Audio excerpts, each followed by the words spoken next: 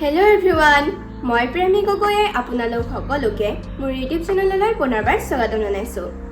আজি মই লৈ আহিছোঁ সকলো ছাত্ৰ-ছাত্ৰীৰ বাবে সুবিধা হোৱাকৈ বিশেষকৈ মেট্ৰিক পৰীক্ষাত প্ৰায় আহি থকা এখন ৰচনা আৰু সেই ৰচনাখন হৈছে অসমৰ চাহ উদ্যোগ। ৰচনাখন কওঁতে যদি ক'ৰবাত ভুল হয় তেন্তে আপোনালোকে শুধৰাই দিব বুলি আশা কৰিলোঁ। তেন্তে আহকচোন ভিডিঅ'টো আৰম্ভ কৰোঁ।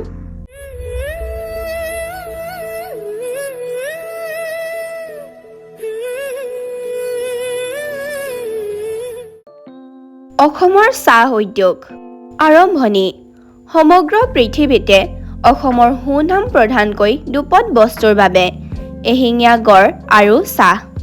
পৃথিৱীৰ অন্যত্ৰ ক'তো প্ৰাকৃতিক পৰিৱেশত এশিঙীয়া গড় পোৱা নাযায়।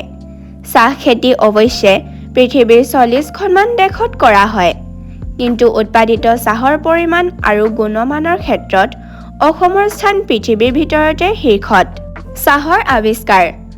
চাহৰ আৱিষ্কাৰ সম্পৰ্কে বিভিন্ন কিংবদন্তিৰ প্ৰচলন আছে। চীন দেশৰ সম্ৰাট এজনে হেনো সদায় খোৱা পানী উতলাই খাইছিল।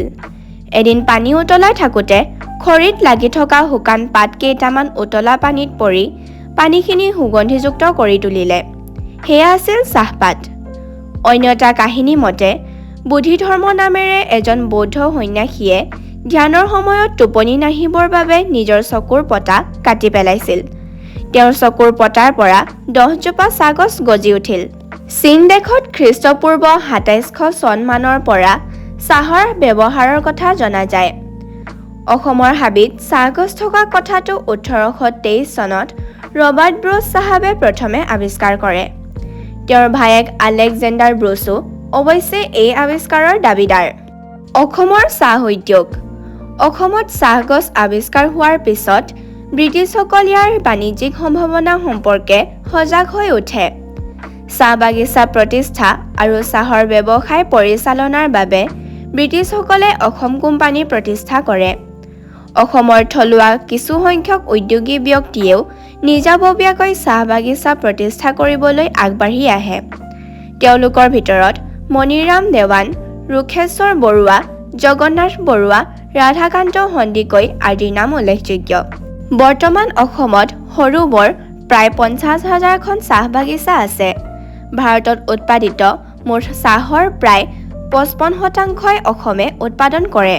চাহ বাগিচাৰ পৰা কেঁচা পাত সংগ্ৰহ কৰি শুকুৱাই কাৰখানাত ভাজি গুৰি কৰি চাহপাত প্ৰস্তুত কৰা হয়। পানীৰ সৈতে চাহপাত উতলাই চেনি, গাখীৰ আদি মিহলাই অথবা এইবোৰ একো নিদিয়াকৈও চাহ খাব পাৰি। চাহ উদ্যোগৰ গুৰুত্ব। অসমৰ অৰ্থনীতি আৰু সমাজ সংস্কৃতিত চাহ উদ্যোগৰ ভূমিকা অতি গুৰুত্বপূৰ্ণ।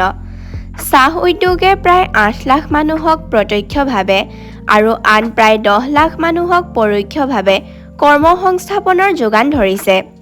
চাহ উদ্যোগৰ পৰা অসমে বছৰি প্ৰায় 1700 কোটি টকাৰ ৰাজহ উপাৰ্জন কৰে। অসমৰ সেউজীয়া চাহ বাগিচাবোৰ দেশী বিদেশী পৰ্যটকৰ আকৰ্ষণৰ অন্যতম উৎস। চাহ বনুৱাসকল অসমৰ সমাজ সংস্কৃতিৰ অবিচ্ছেদ্য অংগ। সামৰণি। অসমৰ চাহ শিল্প বৰ্তমান বিভিন্ন সমস্যাত আক্ৰান্ত। এই সমস্যাবোৰৰ সমাধানৰ বাবে চৰকাৰ আগবাঢ়ি অহা প্ৰয়োজন।